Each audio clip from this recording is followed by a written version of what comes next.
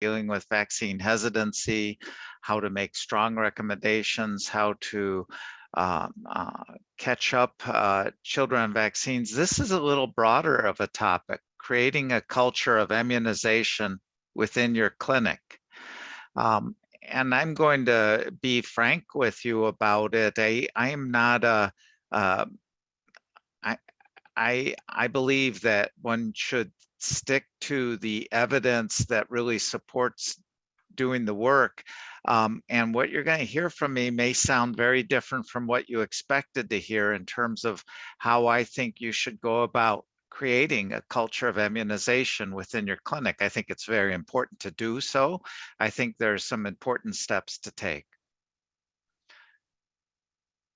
I have a number of objectives for us after my presentation. You'd be able to name the one thing you need to start in that creating that culture. List 3 tactics to support that one thing, and list evidence-based interventions that work that you can put into practice at your clinic. That one thing, your clinic staff need to make strong recommendations for the vaccines due. I can't stress this enough. Notice that I said staff. It's not just you. Everyone working in your clinic need to make strong recommendations for the vaccines due. Specifically, this patient, specifically these vaccines, specifically today. These are the elements of what makes a strong recommendation. When you make a statement, you're referring to the individual patient. You're referring to the actual vaccines needed, and you're referring to doing it today. Not sometime, not eventually, but today. Now, a lot of providers, a lot of nurses fall back into safer language. What are your thoughts about the vaccines due today? That's not a strong recommendation. That's not an invitation to get vaccinated. If anything, it's an invitation to put off or refuse the vaccines. You need to use language like, you're due for 2 vaccines today, the shingles and the flu vaccine. That's how you say a strong recommendation. You'll get them before you get your blood work done. You make it part of the actions that you need to, their patient needs to participate in the work of getting healthcare today. It uses presumptive language. Presumptive language signals that strong recommendation. It makes a reasonable assumption that the patient sought your advice for healthcare, that the vaccines are part of that advice, and that reasonable alternatives do not exist. Now, here's 5 different ways to state a strong recommendation. You're due for the COVID-19 vaccine today.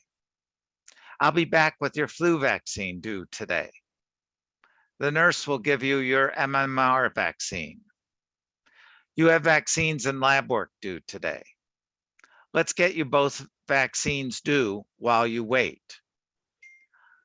Now, if that's the case, if you can get your staff and yourself committed to using strong recommendations that use presumptive wording, you're here for your healthcare, this is what we do. Then there's three clinic-wide tactics that will support you in making those strong recommendations. The first of the 3 clinic-wide tactics is to agree upon a single shared vaccine schedule. I can't stress this enough. These are the vaccines we recommend. We're all on board at this clinic about these vaccines. This is at what age, for example, we recommend the vaccines. Age-based, risk-based. These vaccines are safe, effective, needed, and without reasonable alternatives. When I first came to Mayo Clinic, each of our family medicine physicians had his or her own vaccine schedule. It sounded very comfortable to the individuals. They could make their strong recommendations. It seemed very tailored, and personal, that each physician or nurse practitioner had his or her own approach to the schedule. But it certainly did not create a clinic-wide culture of immunization, because it really meant that the individuals really disagreed on what vaccines were needed, what vaccines were safe, what vaccines were effective, what vaccines were without reasonable alternatives. We had to come to grips and all agree on one single schedule. This is what we do when you turn 50. This is the vaccine you need when you turn 9 years of age. This is when we start recommending the flu vaccines. This is when we stop recommending the flu vaccine for the season. We got all on board with a single schedule. It's the first of 3 tactics you need to create a clinic-wide culture of immunization. The second of the 3 clinic-wide tactics is to agree across the clinic with your receptionists, with your schedulers, with your nurses, with your staff, to use every visit to vaccinate. There are very few real contraindications to the vaccines due. In general, if you stick to the ACIP contraindications and not the ones printed in the package insert, you'll fit with the real contraindications and not veer off into other other false and reasons to vaccinate that have actually been shown to not be useful. Stick to the Advisory Committee on Immunization Practices contraindications published for each of the vaccines, and use only those Advisory Committee on Immunization Practice contraindications. Do not use the ones in the package inserts. Do not use ones that either the patient or other providers have previously identified. I really stress this with my staff. We don't use the package inserts to make any decisions about who gets the vaccine, when they get them, and when they don't get the vaccine. We rely on the Advisory Committee on Immunization Practices, which makes evidence-based rules about the contraindications, the few times patients should not get the vaccines. Otherwise, we use every visit to vaccinate, including visits when our patients show up sick or injured. Mild to moderate illnesses are not valid contraindications for vaccines. If you're due for a vaccine and you're sick, you still get the vaccine. Don't put off the protection you need. Don't leave your patient at risk. There will not be a better time to vaccinate than right now when the patient is in your clinic setting right there in front of you. There won't be a better time in the future to do it. The third of the 3 clinic-wide tactics that you need to create a culture of immunization is this: treat each patient in this clinic as your own. I can't stress this enough. When I have providers at a clinic practice say, I do things differently when it's my own patient than I do it with my colleagues' patients, you get into real trouble, especially with vaccination.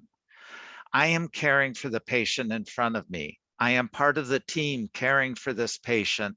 I rely on my colleagues to do the same with my own patients. Putting off work from my colleague is unfair, even preventive work like vaccines. I vaccinate the patient with me now for the vaccines due. This has to be, along with the other 2 tactics, one of the tactics your clinic adopts to treat each of the patients across the practice as your own patient when it comes to the work in front of you at the time with regards to the vaccines due. I vaccinate the patient with me now, even if the patient's primary is someone else. Now, these 3 clinic-wide tactics will go a long way to secure your clinic a culture of immunization. You agree upon a single shared vaccine schedule. You use every visit to vaccinate. You treat each patient in this clinic as your own when it comes to the vaccines due. Now, I'm going to talk now about other evidence-based interventions that make sense in supporting a culture of immunization at your clinic. There is strong evidence to support the following interventions. This means the evidence consisted of controlled trials, usually randomized controlled trials. These trials had low risk for bias, so we got valid data supporting these interventions. And they were done with large enough samples that they were statistically significant, large impact of these interventions. These are worth doing because they make real differences. When I use the term sufficient evidence, I'm referring to evidence from quasi-experimental observational studies where there was statistically significant large impact, but maybe they weren't randomized, maybe there was some risk of bias, but at least the evidence is sufficient. I'm also going to be referring to interventions that lack data, that basically we have insufficient evidence to support these interventions. Bad study designs or good study designs, but they actually showed no real impact. You'll be surprised at what interventions have strong evidence, what interventions have sufficient evidence, and what interventions actually have insufficient evidence. Thus, there'll be some things that it's really worth you spending time adopting across your clinic. There'll be other strategies that sound attractive, but have no evidence to support them. I'm going to be recommending that you make those changes with strong evidence, consider the ones with sufficient evidence, and dismiss that which has insufficient evidence. Now, what interventions for your clinic have strong evidence? Use provider reminders. These are reminders that that remind the provider of what vaccines are due. Create standing orders or nurse protocols that allow your staff to vaccinate without a provider making an order. Send patient reminders and recalls to the patient to let them know when vaccines are due.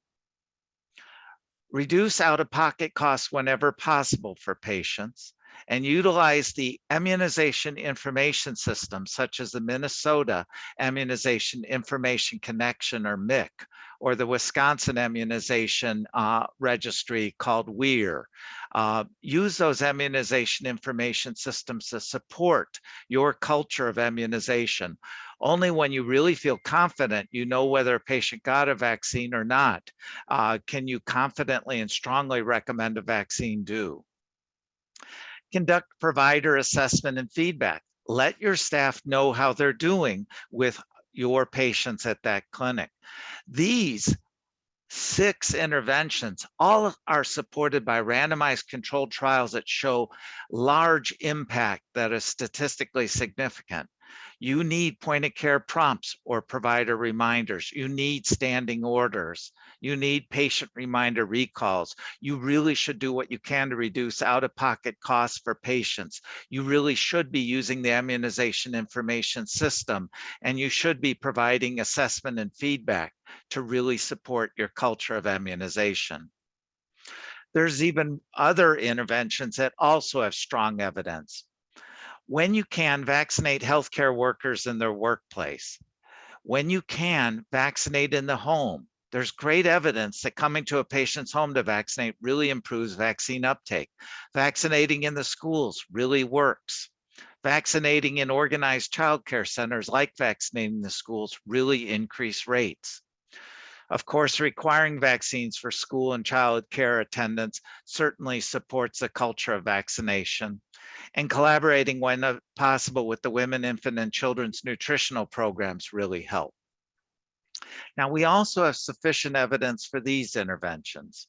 Vaccinating non-healthcare workers in their workplaces, providing patient or family incentive rewards for vaccination, vaccinating in the schools, vaccinating the organized child care centers, requiring vaccines for school and child care attendants, and collaborating with women and infant children programs. We don't have evidence for a number of interventions that you might have been surprised were, were not on the previous list. When you tell healthcare workers they should go get their vaccines, but they have to go off-site to get their vaccines, that tends not to work. Similarly, when you tell you want to vaccinate employees at a workplace, but you don't offer to vaccinate at the work site, but someplace else, we have less evidence that we have lack evidence that that works. Providing patient education alone, brochures, pamphlets, wall posters, TVs, billboard ads, these don't work. Providing community-wide education doesn't work. Providing patient handheld immunization records doesn't work. Sanctioning patients financially for under-vaccination, punishing them for not keeping up their vaccine rates doesn't work. And providing provider education alone doesn't work. These things all sound attractive, particularly when thinking about how am I going to create a culture of immunization at my practice. Certainly the colorful brochures and posters seem very supportive of a culture of immunization, but frankly, there's no evidence to support that they do any good. Be evidence-based. I can't stress this enough. Stick to the science and require evidence for the work that you do. Evidence will be upon the rock upon which you advise, the foundation from which you give your strong recommendations. Evidence will be the wind that drives you forward in the work that you need to do. It'll be the light that shows you where to go. Now, where to find the evidence? Part 1.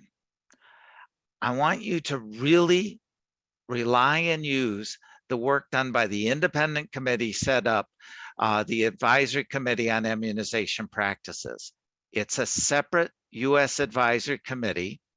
It's a committee of experts independent of the Food and Drug Administration and the Centers for Disease Control and Prevention. It's supported by both. Both groups, both the FDA and the CDC certainly provide evidence and informational support and investigation for this group, but the committee makes independent decisions. And it's the only body to make civilian recommendations at the federal level. They rule on vaccines, not just that they're safe and effective, but that these vaccines are specifically needed and without reasonable alternatives. They publish their recommendations in the MMWR, the weekly morbidity and mortality weekly record or report. You can find these this evidence pulled together by the ACIP at cdc.gov/vaccines.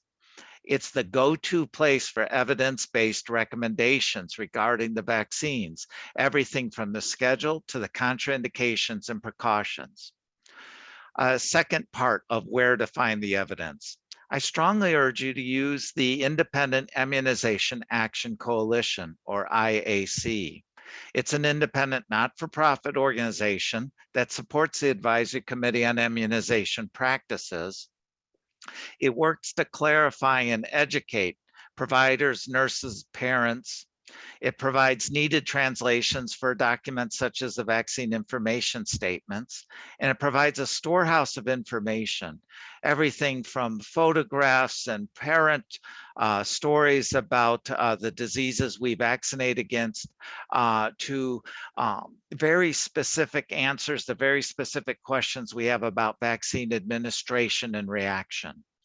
It provides it answers questions expertly. Go to www.immunize.org. I go there every day in my work as a medical director for immunization practices. Along with the ACIP, these two groups really help me organize the evidence I need to support my practice.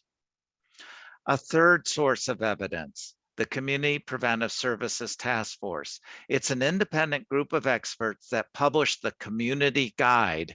It grades evidence for community action and the sources for the grades for the interventions reviewed, such as the ones that I just did with you, where we found those interventions that had strong evidence, those interventions that had sufficient evidence, and those interventions that lacked evidence.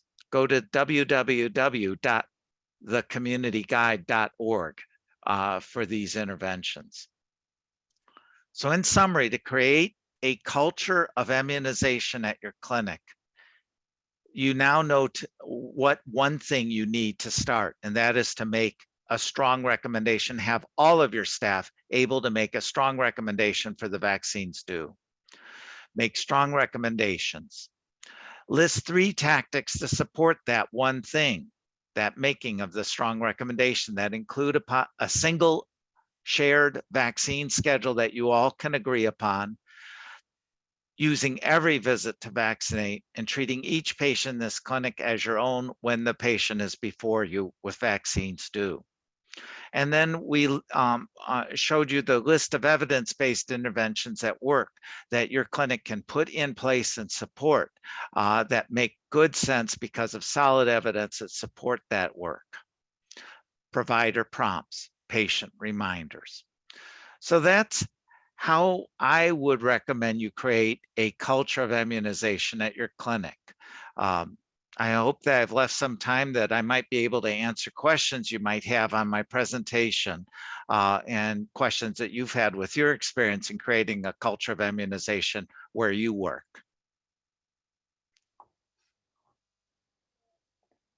Dr. Jacobson, this is Valerie. Can you hear me? Yes, I can. Oh, okay, sorry, my sound switched from my phone to my computer. I have a question. You brought up in your presentation collaborating with the WIC department. Are there any like specific ways you recommend doing that, collaborating with WIC?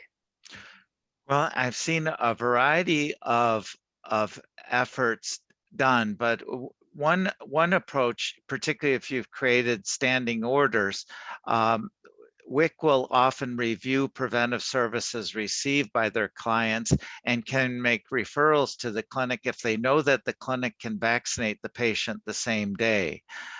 Having a good, close working relationship with women, infant, and children in terms of doing same-day nursing visits for standing orders for vaccinations can really fulfill that.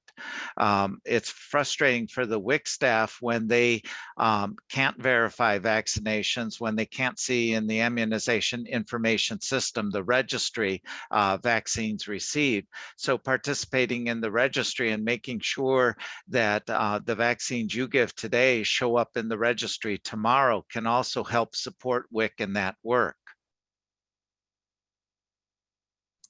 Thank you. Frankly, reaching out to your local WIC and say, how can we be more of a team to support our mutual patients, is a great way to start that conversation. Hi, Dr. Jacobson. So I have a question with like everybody's focus kind of shifting to COVID vaccines recently. Are there any of the evidence-based practices that you have found work exceptionally well with recommending the COVID vaccine or or anything that you've seen? Well, you know, much of what I have stated here in terms of making a strong recommendation, using every visit, that all still applies even when we're doing vaccination for COVID-19 off-site or in hub sites. I explained to my providers that they still at every visit should ask their patients, did you get your COVID-19 vaccine yet? If they say, oh, it's not recommended for me, or if I don't need it, that's a chance for the provider or staff to say, but you do, you're 16 years or older, and we are now vaccinating everyone 16 years and older because you all need the vaccine. You need to make, even if you can't give the vaccine at that visit in that location, you need to make sure that the patient has heard your strong recommendation to get that vaccine as soon as possible. So all of the evidence-based approaches that worked for all the other vaccines still apply. They may not have had time to be tested with COVID-19, but we have found that what applies for the infants' diphtheria, tetanus, pertussis vaccine applies just as well for the adult shingles vaccine. There's no reason to suspect that it'd be different for COVID-19. Where we start running into problems is when our providers, because they're separated in space and time from the actual distribution of the COVID-19 vaccines, shirk their duty to make that strong recommendation and make sure that the patient has heard that the provider expects them to get that vaccine. Thank you.